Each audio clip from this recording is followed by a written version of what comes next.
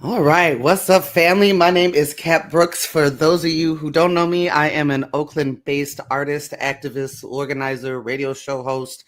Um, I'm the host of Law and Disorder on KPFA and KPFK. I'm the co-founder and executive director of the Anti-Police Terror Project, and I am a veteran Lower Bottom player. Lower Bottom Playaz are the oldest Black theater troupe in the city of Oakland, California. And I'm an employee of BAMCDC. Both BAMCDC and Lower Bottom Playaz are bringing you BAMFest 2025 International.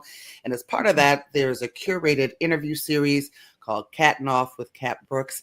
BAMFest 2025 is a multi-venue, 31-day long arts and culture festival, but based in Oakland, but with panels and conversations and performances happening all over the globe.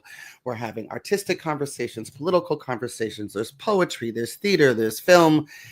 You name it, we're doing it. This is the 6th BAMD festival. And we're doing it big. And so this is the first of my interviews, and I am very lucky that I get to talk to my friend, my sister, my comrade, my homie, the brilliant Dr. Melina Abdullah. Hold on, I gotta get my paper because you do all kinds of stuff. Dr. Melina Abdullah is the co-founder of Black Lives Matter Los Angeles and founder of Black Lives Matter Grassroots. You are also a professor of Black Studies. I always get the university wrong, and I don't want to get you in trouble. Cal State LA. I keep saying Cal State East Bay, but I think I'm just trying to bring you home. And she's an Oakland native, y'all. And she can play bones. Just ask Davey D because we whooped him. And be sure to tell Davey D to watch this so he hears me say that. Thank you for saying yes to talking to me, beloved. When would I ever say no to talking to you? It's one of my favorite things to do. You are a busy, busy woman. I mean, we probably talk about it too. I mean, you done ran for vice president and everything. And every time I see, I mean, we are friends and we're so busy, right? A lot of times I'm tracking you through social media, which means I'm behind the 8 ball because you gone from the place I see you talking about being by the time I see that you're there. But we have more time than usual, so I'm excited to get into some stuff. We're going to talk about organizing as Black folks in this particular political moment. But before we get started, you and I have been rocking with each other for a long time, and I love you dearly. And folks know I'm not on the FCC. Folks know I don't bullshit and that I shoot straight from the hip. And I don't like when things aren't out and open. And I feel like we've gotten to this place in our movement that I think is killing us, where we don't just say what is. Because we worried about who's going to be mad. And I guess the closer and closer I get to 50, the less and less I give a, what about who's mad. And so I have so much respect for the work that you do, Melina, like just outside of being your friend and the ways in which you show up for our people all of the time in all of the places. It makes me bananas that folks don't really, and I know that's not why you do it, but people should know who you are and what motivates you and the way in which you show up for service. And some of the work that you do has been tarnished. Like some folks, when they hear about Black Lives Matter, right, they think about the headlines. And I'm not saying here nor there, but they think about headlines of mismanagement of funds. I think the mansion is what comes to people's minds the most. And in those stories, there was this picture of you, Patrisse Cullors, and Alicia Garza sitting there. And so people made the assumption, right, that this was your fault too. And you took a lot of heat. And in typical Melina fashion, you put your head down and you just kept doing the work. And I'll just say, I was like, say something. And there was work to do. So I just want to give you the opportunity. But then I've been in other places and I want to give you an opportunity to say whatever it is you want to say about that. Because what I know is that you're the only one out of all of us, including me, that ain't never took a paycheck to do this work. Ever. Yeah. So, I'm a straight shooter too. And I also, I'm a Muslim. I would say a devout Muslim. I'm working on it. But one of the teachings that I believe deeply in is being the clean glass of water. And so when you say put our heads down and do the work, right? You do that too, right? And we might talk stuff. I don't know if we cuss on here. I'm also a cussing Muslim, right? So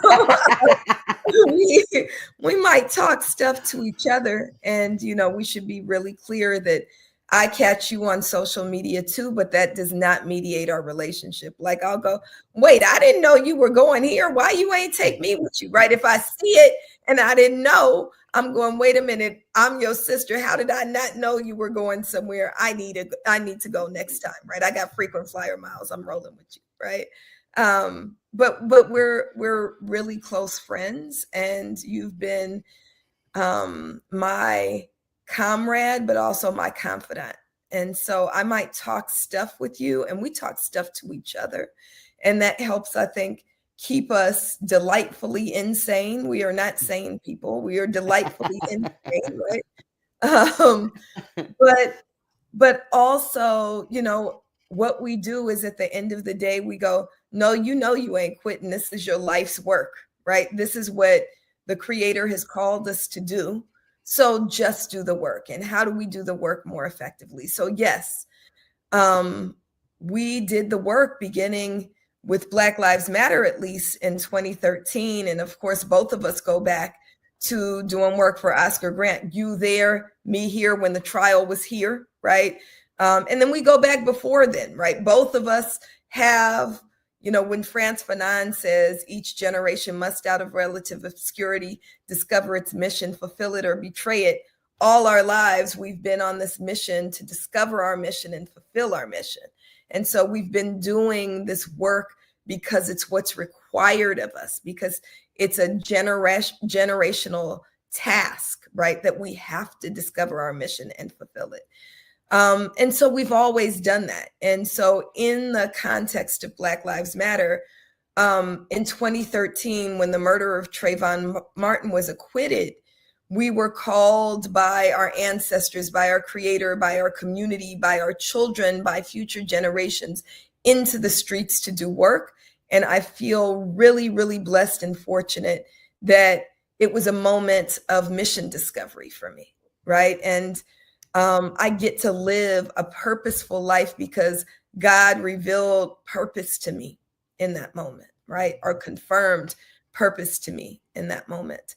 And we never had any money. You said you take a paycheck. You just started taking a paycheck. You didn't have no paycheck in 2013. None of us did, right?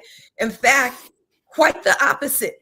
We were paying out of our own pockets, right? So need a pizza at a meeting. Well, I'm one of the ones who has a full-time job. So I'll pay for the pizza, or I'll pay for, at the time, the burritos were $1 at El Pollo Loco, the bean and rice burritos, right?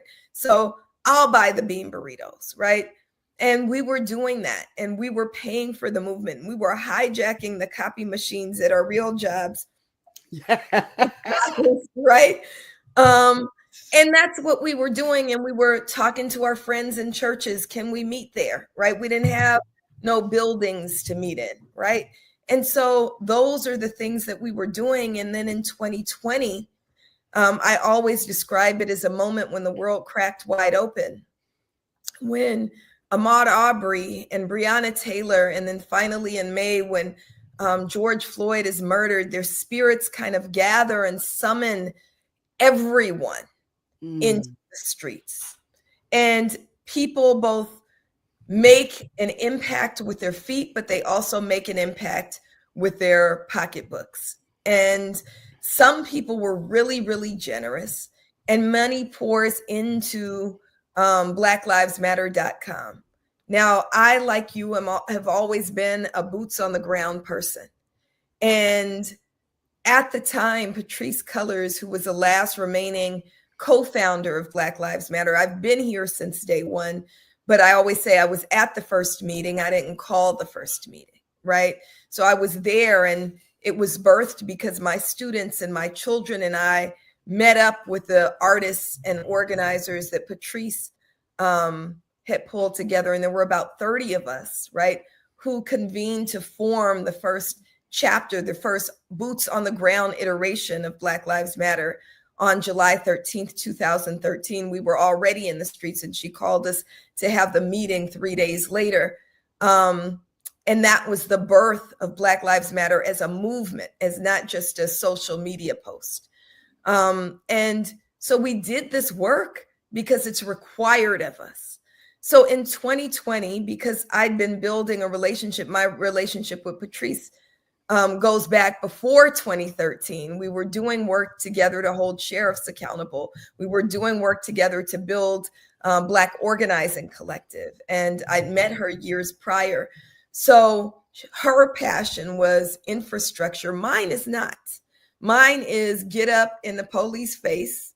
Mine is shut some stuff down. Mine is some, how do we stick it to them and actually up in the system by, Christians will talk about turning over tables. How do we do that? Right. And so that's my passion. So we had an agreement that I would do the work with the chapters, which I've been doing since the beginning of Black Lives Matter, building out chapters and doing on the ground work. And she would do infrastructure. Well, at a certain point, you're almost 50, I'm 52, right? Our generation, I always say I've been to jail 8 times. Now I've been in jail 8 times for righteous stuff, right? I had a gun pointed at me, at my chest for the first time. I always say in 2020, when the DA's husband pointed a gun at my chest and said, I will shoot you. I don't care who you are. Yeah. And everyone says that's the first time I had a gun pointed at my chest. I've been surrounded by police with guns many, many times since, right? But that's actually not the first time a gun was pointed at me. Like I found my home in Oakland, California. I was raised at the height of the crack cocaine epidemic in Funktown. I still throw it up from my hood. Funktown, funk or die. I am not from the hills. I'm from the flatlands. I've seen many a gun. And I'm not saying that for like street cred. I'm saying that because I believe everything is a blessing, and all of those traumas that I was raised with and in thickened my skin so that when in 2020 white supremacists came at us online, I don't care what Twitter has to say, right? My response was always say it to my face, right? Patrice is a different generation than us. She is a millennial. She did not grow up in East Oakland. She grew up in the Valley, right? Which is a very different, neither one is better or worse than the other, but it's a very different skill set and a set of experiences that she had. And so she writes about this and talks about this, so I will too, that it hit her to the point that she had to step back, and you and I and others were all concerned that she might not wake up the next day. And so she had given power over, we didn't know this, but power over to a highly paid consultant named Shalomia Bowers, who is a Black Zionist who vacations in Israel. And I'm not making this up. People can check out his own social media posts, right? That he is a Black Zionist. She signed over power that we didn't know that she'd signed over to him, because she also wrote a memorandum of understanding saying all of the resources that were pouring into the side of things that she was running, the infrastructure, blacklivesmatter.com, bank accounts and corporations, all of that I didn't even know happened, but that she was holding, that we trusted her to hold. She had signed over power to him. And when she stepped back, even though there was an MOU saying all of those things were to come over to Black Lives Matter grassroots, which was the boots on the ground work that I was leading, and it named me and said all of the money and resources and platforms, the platforms that I've been building since 2013 along with her, right, were to come over to us because he had legal control. Unbeknownst to us, he took that. And one day, as things were supposed to be making a transition, 2021 is when she was stepping back. And by 2022, everything was supposed to transition. He called me in March of 2022 and said that he was keeping everything indefinitely. Now, in between there in 2020, between 2020 and 2022, I didn't know what was happening on the BLM Global Network Foundation side of things. I didn't even know Patrice had incorporated it. You'll find my name on zero paperwork, even though she and I talked regularly. She didn't tell me that they had used money to buy. It's not a mansion. You can't buy a mansion for $6 million in Los Angeles, but I call it the big house in every word, right? She used $6 million to buy a big house in a very white area of Los Angeles called Studio City. No Black people live there. Nice. They were paying themselves inordinate amounts of money in 2020. Shalomia Bowers paid himself $2.2 million. And I think the next year it was $2 million, and the following year was $3.5 million. There were other expenditures that, again, I don't have access to accounts or even have an eye on books. I didn't know that they were spending money like this or who they were giving money to. All I know is they weren't giving money to us. And so in 2021, the one picture, and with Tandiwe, we both have very wise and conscious children. Tandiwe, who's my firstborn, and has been there since day one as an original member of Black Lives Matter and co-founder, along with her siblings and some other young people, of the Black Lives Matter Youth Vanguard. Tandiwe is livid that we were brought to that house repeatedly. First for a party. I kid you not. I don't know if I ever told you that. First for a party. And then in 2020, the first time my home was swatted, surrounded, me and my children surrounded by dozens of cops with assault rifles pointed at us. We were evacuated to that house. And my children and I were told that that house belonged to a white benefactor. We have a lot of white allies who did a lot of stuff for us, including some rich white allies. We were even given the name of the fictitious white person who allegedly owned that house. We were given 4 days to stay in that house to kind of shore ourselves up until we could find somewhere that we could actually stay, because we couldn't return to my home, the home where my children were born and raised in the Crenshaw district of Los Angeles. And so we were in that house for 4 days, but we were so grateful that my children wrote thank you cards to the fictitious white person. We bought flowers for the fictitious white person. So what Tandiwe is livid about is not just that we were in that house actually a couple of times for these evacuations, but also that at the conclusion of the summer of 2020, I was invited to that house to claim our victories. And one of our Babas says that one of the things that we as movement don't do enough of is claiming our victories.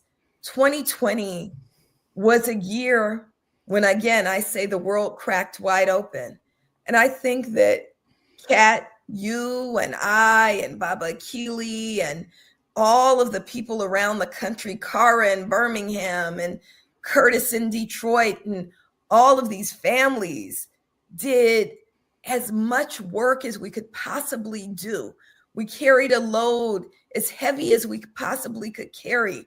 And it was beautiful work. And so when I was invited to come sit down with Patrice and Alicia and really celebrate that work, I did. And I didn't know that the recording that was being made they didn't release the recording of what was actually said, but they released photos of me, Patrice, and Alicia sitting at a table in the backyard of what I thought was a white benefactor's very beautiful home, cheersing with some grocery store brand champagne and eating cheese off a charcuterie board. I did do that. I did eat some cheese because I want to cuss. I love brie cheese. I'm not going to be able to resist brie cheese and olives. Put it in front of me. If somebody wants to kill me, all you got to do is poison some brie cheese and sit it there. And don't say that on the air. I know. I love. What are we doing? And I love olives and I love grapes. And they were sitting there and I was eating it. Yes, I did. And I did drink a sip of grocery store champagne. I did do that. And I thought that this was not Black Lives Matter money. I thought it was white benefactor money. I thought we were sitting in someone else's backyard. And what Tandiwe is so angry about is that, except for that picture, what they say is my record was completely unblemished because I normally move. And that was an instance, I don't know if I ever told you that, but I'm a very prayerful person. So I'm super Muslim when it comes to pork, prayer, and Ramadan. And I pray all the time, more than 5 times a day. And I hear and listen to the voice of my ancestors and the voice of the Creator. And I'm usually divinely guided because I listen, right? And I deeply desire, my greatest prayer is that I be used to do righteous work.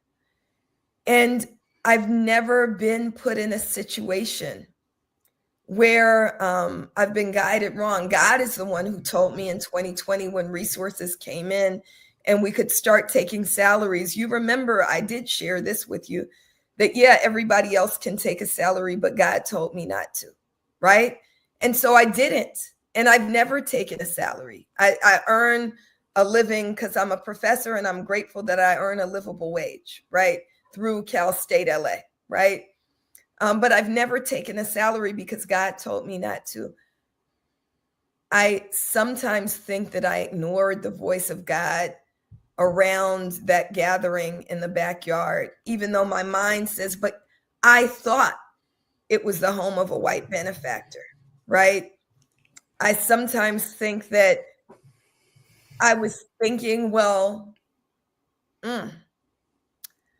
you'll finally be recognized for your role in this movement, because I'd been invisibilized and I'd accepted that invisibilization, right? That I just want to do the work. It doesn't matter that nobody says there wouldn't have been a BLM without your students and you and your children.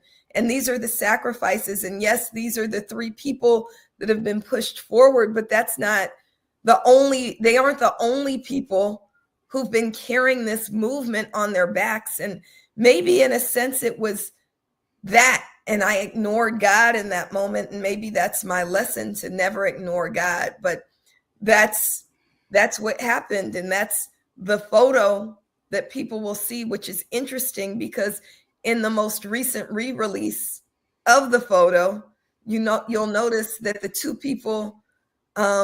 other people in the photo have been cropped out. That the person who actually called us to that space has been cropped out. And there's, again, a targeting of me. But again, I'm just going to do the work and live as righteously and learn lessons and say, never ignore the voice of God and always struggle to be the clean glass of water, which again is the lesson that I try to practice from Islam, is that, the Honorable Elijah Muhammad says that if people are thirsty and they're presented with a dirty glass of water, if they're thirsty enough, they'll drink it. But if a clean glass is set beside the dirty glass, they'll take the clean glass every time. So we have to strive to be the clean glass of water. And that, y'all, is how we start this conversation with Dr. Melina Abdullah. Thank you, Melina, for that. I think that we as a movement fail in real time to tell our story. And if we don't tell our story, someone else is sure going to tell it for us. And tell it wrong. And tell it wrong. And Right. tell it in a way that benefits them. And I'm not pointing at any particular, there's several people, several institutions, organizations, agendas, ideologies that want to tell our stories in ways that serve them. You said in that last, what do you call those things? I'm just gonna say stories with lessons because it's late and I don't know what the word is. But about if someone's thirsty enough that they'll drink a dirty glass of water. And I've got a bunch of things that I want to talk to you about. And I know I'm not going to get to them all, but that just feels like a natural segue for me to transition to Palestine. I feel that too, yeah. Yeah. I've been crying all day. I don't know what is going on with me, but every time, I mean, our days are filled with talking about things that aren't pleasant. But I have just been. I think the starvation stuff is really getting to me. I mean, I know that we've been watching people bomb to death for 665 days now, at the time of this recording. But there's something about the starvation, the active, right? Because we've been saying for months, starvation, death by starvation as a weapon of war is on the horizon. It's coming, it's coming, it's coming, it's here, right? So the hallways of what's left of Al Shifa Hospital are filled not only with survivors of drone bombs and gunfire, but also literally with starving children and women and elders and human beings. And starvation is a horrific process that your body goes through. Your organization, Black Lives Matter Grassroots, was one of the first, if not the first, Black organizations to release a statement of solidarity with Palestine. And I know that October 7th, 2023 was not your entree into the work, but there was a rapid fire response to what I think you knew was coming. Just based, we know that when Israel is attacked, right, they quadruple down on the response. Talk about, Melina, the importance of Black Palestinian solidarity, but I want you to take it a little further. I think that part of why there's such dragging of the feet by Western powers is because they may not be the colonizers of Palestine, but they're the colonizers of some other people somewhere that are either rising up and we're not hearing about it, or are poised to rise up, or have risen up and been squashed down and are ready to rise again. And a lot of us, I mean, I can say as a Black woman in this country, I'm looking at Palestine, like, just, I mean, in part because of my politics, but also just the naked me's like, go, go, go, go, right? And they know, right? When Palestine wins, like, it all pops off. And so there's this vested like that. And so this, what we're all watching, y'all, this lets you know how far they will go to maintain power. They're going to drag their feet and watch 35-day-old babies starve to death. To make sure that Black and brown people lose the audacity to demand freedom. Well, first, you and I have both been crying, right? And since October 7th, I've been crying more than I've ever cried, because I am not a crier. I'm not a crier. And I started initially, because if I talk too long about Palestine, I'll cry.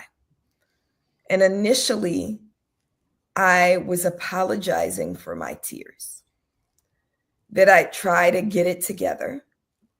But then I realized that we should honor our tears, because the other way that they kill us is by killing our souls. It's if you can look at a baby that is dying of starvation, if you can utter his name, if you can watch these children who might not have died immediately, but their hair has gone completely white from the trauma. If you can watch 9-year-olds carry their dead siblings in their arms and not cry. If you can watch today, I watched a video of a baby girl, 4 years old, trying to convince her father to go to where they were handing out food. And he said, but they'll kill us. They'll kill us. And she goes, then let's die.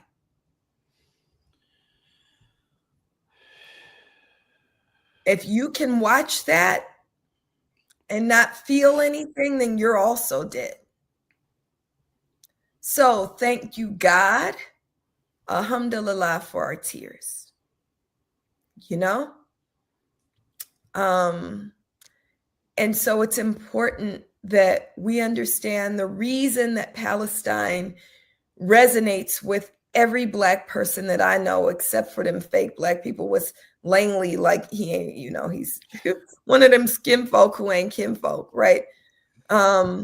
Every Black person that I know, from my mother, who's in her late 70s, to my children, is because on DNA level, we understand. We understand family separation. We understand open air prisons. We understand starvation. We understand dehumanization. We understand engineered famine. We understand forced famine. We understand what that means. We understand that it is not only about Palestinians, although it's also about Palestinians. It's about them mostly, but it's also a head on a stake to the rest of the world, warning that if you dare to be as audacious as the Palestinian people, if you dare to be as courageous as the Palestinian people, this can be your fate too. And Sister Cat, I agree with you on almost everything. The one thing that I will say that veers a little bit from what you just said is that the United States is not watching. The United States is making the genocide as well. The United States is funding the genocide. The United States is providing arms for the genocide. The United States is threatening anybody who dares. You can criticize any state in the world except the so-called state of Israel. Yeah. Right? That can get you locked up. That can get you kicked out of school. That can get you to lose your job. That can get you, according to Donald Trump, deported, even if you are a birthright citizen. Even if you were born here. Come on. Our brother, Chris Smalls, founder of the Amazon Labor Union, who is one of my dear, dear friends, was on the Freedom Flotilla that was captured. Yeah. We haven't seen him. He was captured on Sunday, almost 2 days ago now. In international waters. I just think that's important that Israel captured that ship in international waters, which is a violation of international law. Right. Right. He and 20 other people. He is now in a hunger strike. And they have not released him, and they beat him. We have confirmation that he was the only Black person on this ship. And they beat him once they got to him, right? They beat him. And so we have to fight. We have to say everything is on the line. It's about the Palestinian people, but it's also about Black freedom. It's also about recognizing that what they do to the Palestinians is what they do to Black people all around the world. And so we rise up. We say free Palestine. I say from the river to the sea, from the river to the sea. They can call that what they want to. That is an anti-Zionist chant. That is a pro-Palestinian chant. That is a pro-humanitarian chant. That is a pro-God chant. That is an anti-colonial chant. And that's what we mean. And that's why we're going to keep resisting and demanding a free Palestine until we get it. Yeah. And I know you know this, but I want to clarify much. I wasn't giving the United States a lie. I know. By any means. I was thinking actually, in response to today, at the time of this recording, which is, I think, we're July 28th, I think. But Macron of France has announced, right, that in September, France will recognize Palestine as a state. And then you've also got which for what at this point? You've got 28 countries that signed this condemnation of Israel's starvation of Palestine, but all 28 countries are still doing economic trade with Israel. So that's where I was getting. Okay, I know time is ticking, and I want to return us to United States and Black people and this political moment you know. And there's so many directions I could go with this. But I was going to talk about why, you know, we've had some conversations about our relatives looking at what ICE was doing to Latinos and saying, this isn't our fight. We should just sit this one out. This isn't about us. And you and I both said what we had to say on social media about that. What I want to actually talk about is the disappearance of what is happening to Black people in this moment. Because while, yes, it is awful what is happening to Latinx people all over the place. And we are seeing that on the media. We are seeing it on social media. People are having that conversation. What people are not talking about is the Eritrean, the Ethiopian, the Haitian, the Trinidadian, the Jamaican, the South African, the Sudanese, the Congolese, right? I could go on and on and on. That's right. All of the Black immigrants that are in this country, in the communities that have been raided right here in Oakland, California. Right. Eight folks from the Ethiopian community have been kidnapped by ICE, and nobody is talking about it. And so that's not to play oppression Olympics. It is, however, to use this time on BAMBDFEST, this Black-led conversation about culture to talk about what is happening to us in this moment, and what is our call to action, Melina, as a people in this moment. Right. So you talked about statements, and like the statement that we issued shortly after October 7th, we issued a statement today around the Freedom Flotilla. We issued a statement a month ago when the ICE raids began in California. And we knew it was coming because we'd issued a statement in January around why we have to stand in solidarity with migrant communities, some of whom are Latinx, some of whom are Black Latinx, but also migrant communities, as you are pointing out, are also Black. And we know that Black people, whenever people are targeted, Black people are going to get the worst of it, right?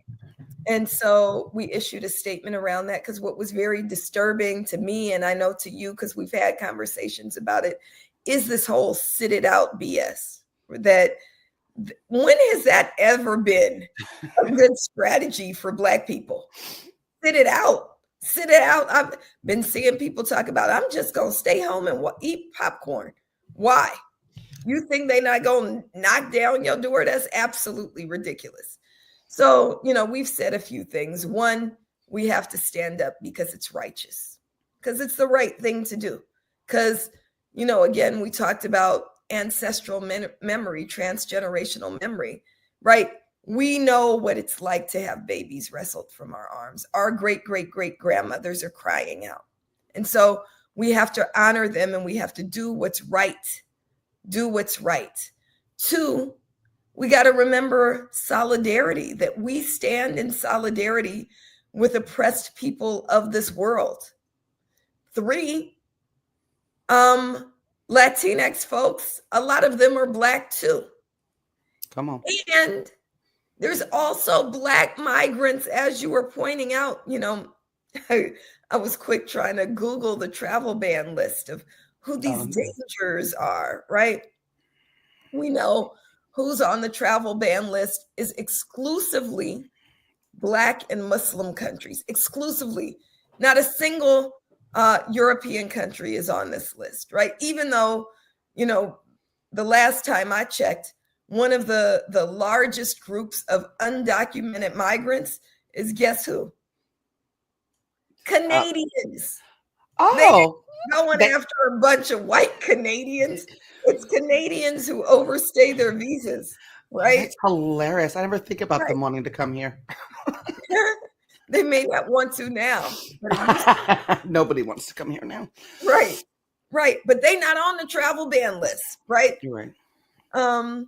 But who's ever felt a threat from somebody from Burundi? I have not. Right. Have you? I don't even know somebody from Burundi. Me either. Never met anybody from Burundi. Why are they on the travel ban list?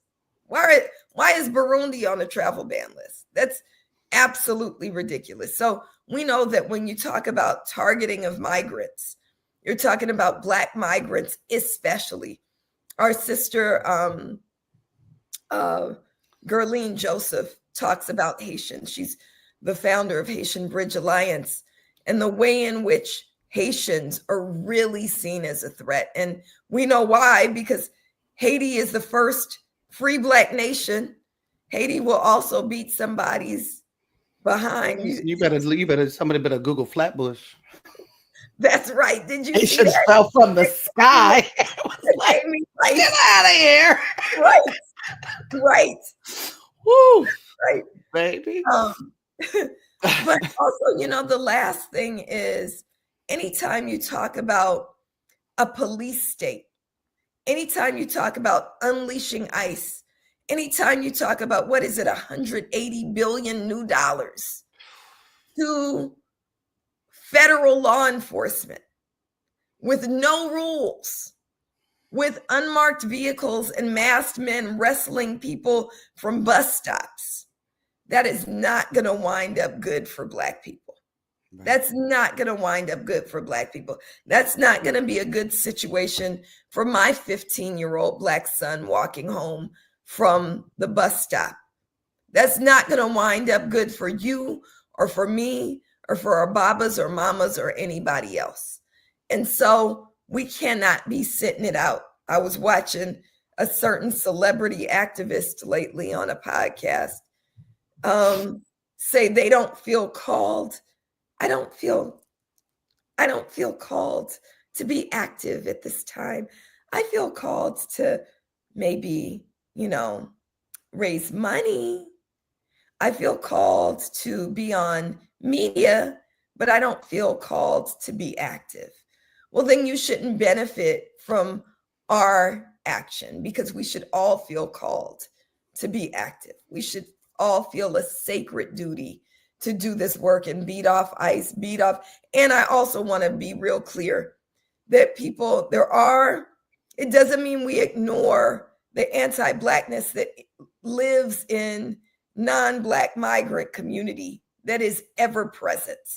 It doesn't mean we don't challenge that. We do that, but we do that at the same time as we fight against our common enemy, right? And so we have to be willing to get out there and fight alongside them and recognize that they are our solidarity partners, and some of the people being targeted are us. Thank you for that, Melina. I got more. Oh, you know what? This is what I was going to say. This is a 52-year-old brain. Getting older ain't for the weak. We also got to remember that people are real quick now to say abolish ICE. Those same people, if you're going to say abolish ICE or middle finger to ICE, then you cannot say it without saying abolish the police. That's right. That is anti-Black. For you to say abolish ICE, ICE is part of policing. So you have to be willing to also say and be vehement about also saying abolish the police. So I want to issue that challenge. Yes, abolish ICE is part of an overarching system of policing that has their guns trained on the backs of Black bodies. Yeah. Yep. Melina Abdullah, there's a Black Lives Matter grassroots chapter in Sweden. Yes. What is state? I mean, I'm like, so it's 38 chapters, is that right? No, 53 chapters. 52 chapters. Okay, 52 chapters. 52 chapters. Yes. Almost 50 brain at work. But it was 38 at one point. That's why the number's in my head. So 52 chapters plus one in Sweden. I've been to Sweden. I actually have been to Sweden. I've been to Sweden. It was a long time ago. I know the demographic of the people there then anyway.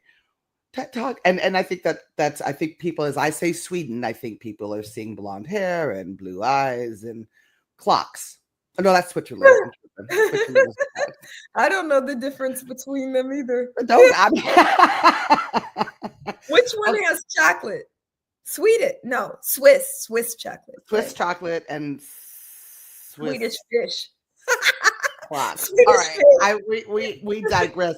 There's a BLM grassroots chapter, and okay, so why? Why is there a BLM It's grassroots chapter? phenomenal. It's phenomenal. So there is a large Black community that comes from the continent that has found a home in Stockholm, Sweden. And I didn't know this until we started doing work and nurtured that BLM Grassroots Sweden chapter, which, if you look for them on Instagram, has more than 50,000 followers, I think close to 60,000 followers, and is the largest social justice group in Stockholm. That's amazing. It's amazing. It's amazing. I'm doing that right now. I'm looking, y'all. I'm looking for Black Lives Matter grassroots Sweden, because I was like, what has my sister done? Y'all?